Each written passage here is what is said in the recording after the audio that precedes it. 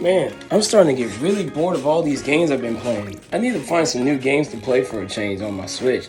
You know what? Let's see what I can find online. I know that new Metroid Prime remaster just came out. Maybe I can find a copy of that.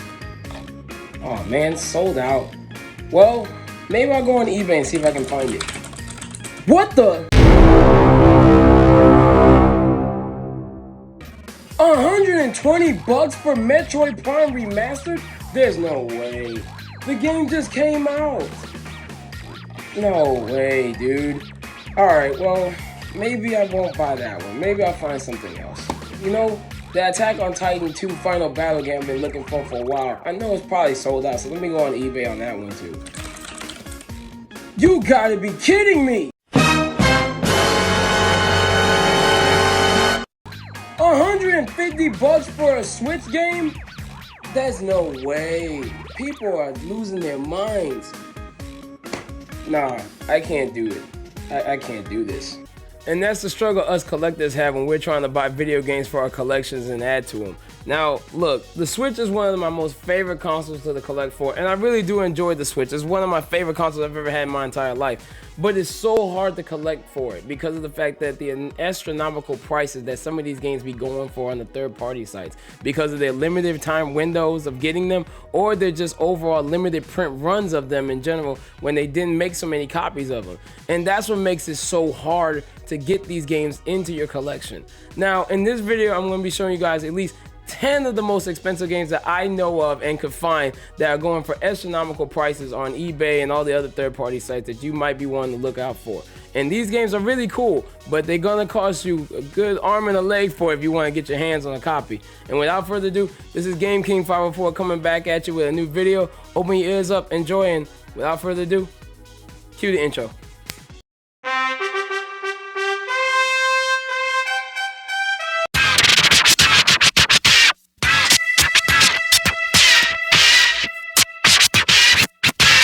So while I was making this list, there was a few things I had to make sure I considered into making sure that this list was as best as I could possibly make it.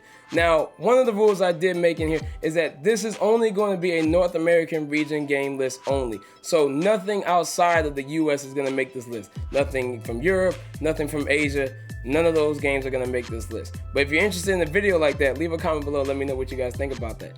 Also, number 2, collector's editions or limited editions aren't making this list either. Look, there's a lot of collector's editions out there that go for crazy amount of money. And that would have also made this list be completely different than what it would have been. But if you're also interested in a video like that as well, same thing. Leave a comment below and let me know what you guys think about that. And number 3, different variants of games will be on this list as well. So there might be at least a retail release version of it and an online store release version of it that depends on what that price range will be. So I put it to basically what the highest range that it would be for that specific variant, or at least the list of variants of what they could go for.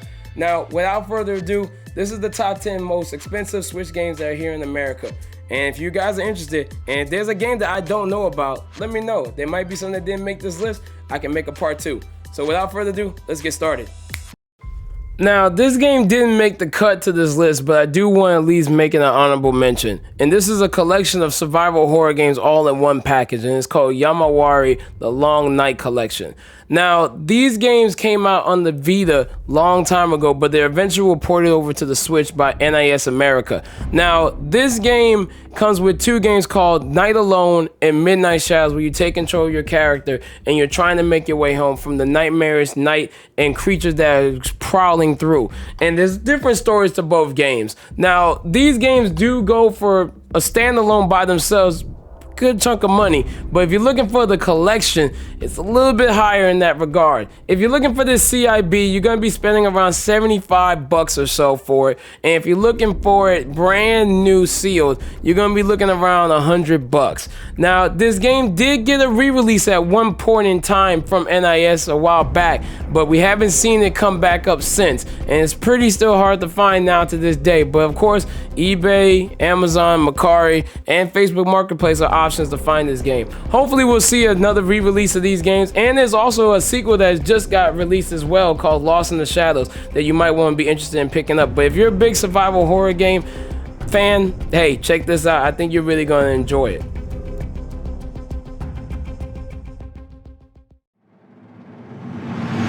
Number 10. Now coming in first on this list at number 10 is a game called Salt and Sanctuary. Now this is a 2D action role-playing game that also combines the elements of Metroidvania and Souls-likes combined. Now if you're a big Dark Souls fan, you're really going to enjoy this and also have a taste of Metroidvania that's going to scratch that itch for you. Now this game is where you take control of the character that gets stranded on an island after his ship gets destroyed and his crew members get killed by a monster, and you're on a quest to figure out what's going on this island and also to escape it and also to defeat the nameless god on the island. Now this game came out back in the day on PS Vita and also the PS4 through limited run games, but the Switch version was a retail release and it was called the Drowned Edition. Now this game is pretty hard to find commonly nowadays, where you can't even go to a local GameStop to really see if you can find it. But if you're looking for it online, you're going to be spending around completing box around $80, and if you're looking for it brand new, it's going to come around a good whopping $110. Now this game is really good. It has a lot of dark elements to it, a lot of magic, and a lot of just hack and slash beat 'em up style to it. But if you like difficulty style games like this, such as the Dark Souls franchise, this game is for you. I really do highly recommend it. It's gonna cost you a little bit of money though if you're looking for this game. Number 9. Now if you like those old school Zelda-like video games, you're gonna enjoy this one. Coming in at number 9, this game is called Blossom Tales: The Sleeping King. Now this game is pretty hard to find nowadays, where it was only exclusive through limited run games for a physical release back in 2019. Now if you're looking for this game nowadays, CIB will pretty much set you back around 87 to 100 bucks.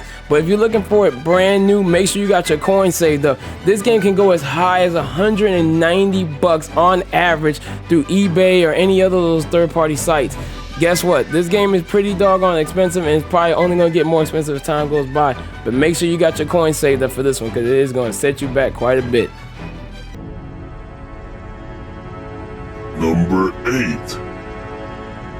Now for all those Castlevania fans out there, this is another game I think you guys are really going to enjoy. This is called BloodStain: Curse of the Moon. Now this game did get released back in 2018 off of LRG's website, but it did come to physical releases as well in retail stores, mainly Best Buy. Now there's different variant copies of this game, and the fact of the matter is that these variants could differentiate on price ranges.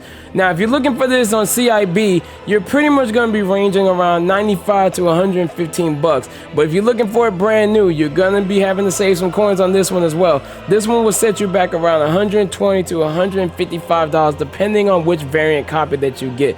Now if you like those old-fashioned Castlevania games similar to like Dracula's Curse, this game is for you on this list. Man, I'm telling you, these games are just insane on the price ranges, and they're only going to get more expensive as time goes by. Number 7. Now this game coming in at number 7 is another 2D side-scrolling action role-playing game that's also going to be coming for your wallet. It's pretty hard and fast. Now this game is called Dust: An Elysian Tale. Now this game takes place in a world where anamorphic creatures have populated the world, and you take control of the character by the name of Dust, who wields a sentient sword called the Blade of Aura, where not only you're taking on against the forces of General Gaius, but you're also trying to uncover your past. Now this game does have Metroidvania style mechanics and exploration, and you're going to be leveling up through the game as you progress through it. Now this game never got an actual retail release, but it did get an LRG release many years ago, back in 2018. Now this game does go and send you back a pretty penny if you're looking for it, of course, on the third-party market. Now if you're looking for this game, CIB is going to range around between $100 to 110 bucks. But if you're looking for a brand new seal for those collectors out there that like to keep their games sealed, this game will set you back a good 130 to maybe even 140 bucks, as high as I've seen it. And it could even go higher than that coming down in the years. Now this game may get a reprint one day, which I would love to see so everybody can get their hands on it. But it's a very stylish game, it's fast paced, and I think you'll really enjoy it, especially if you're a really, big fan of side-scrolling 2D action games. This game really does have a unique story, and I think everybody would enjoy it. Number 6. Now, in this world, who doesn't like Stranger Things, the TV show on Netflix? I'm pretty much a fan myself. Well, coming in at number 6, they actually made a game, and this is called Stranger Things 3 the game, which takes place on chapter 3 or season 3 of the show, where you get to play as all the different characters such as Eleven, Mike, Dustin, Lucas, Will, and so many more. Now, this game does have a 16-bit art style to it, and it's over the top isosymmetric, so it kind of has that, you know, that unique feel of just going around and looking at it from the top view. Now, this game is very unique in its own way, to where it actually does coordinate with the series and the actual season 3 of the show. Now, this game did get a physical release both from LRG and also through Best Buy as well, but there are different variants of it. Now, if you're trying to get this physically out here, it's not cheap. It is not anywhere cheap at all. This game will set you back a pretty penny. This game goes for around pretty much $115 CIB. If you're looking for it brand new though, guess what? Depending on which version you may get, you can go as high as $185 for it, which is insane on the price. This game is a really good game though, and I really do recommend it, especially if you're a fan of the TV show on Netflix. Check it out if you guys can find it, and guess what? Don't get me wrong, this game is probably gonna go up even more as time progresses on.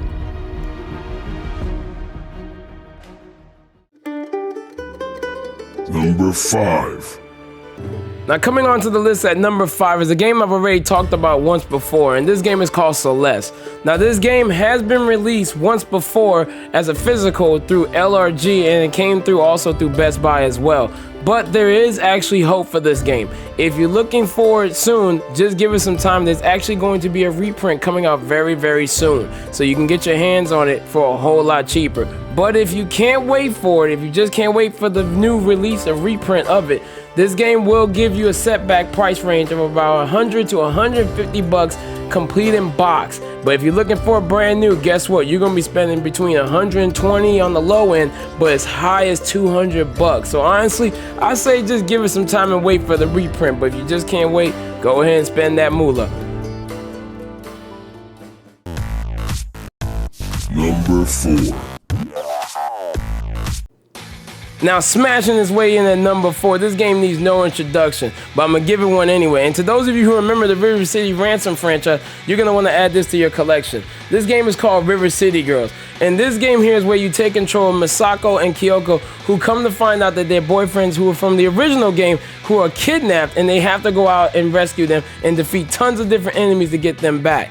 Now, this game has become very, very popular due to the fact that not only its price increases, but also because it also got a prequel that has come out and is also getting a sequel and bringing a whole new breath of fresh air into the franchise. Now, this game does have 2 different variants. Actually, it's 3 if I'm right. It comes with the LRG version, a PAX variant, and the Best Buy version. If you're looking for this game CIB, it will actually cost you between around $100 to $175. Well, if you're looking for this game to keep it sealed in your collection, guess what? How much you're gonna be spending? Man, I'm telling you, it's gonna be crazy. This game goes for almost $230 depending on where you find it.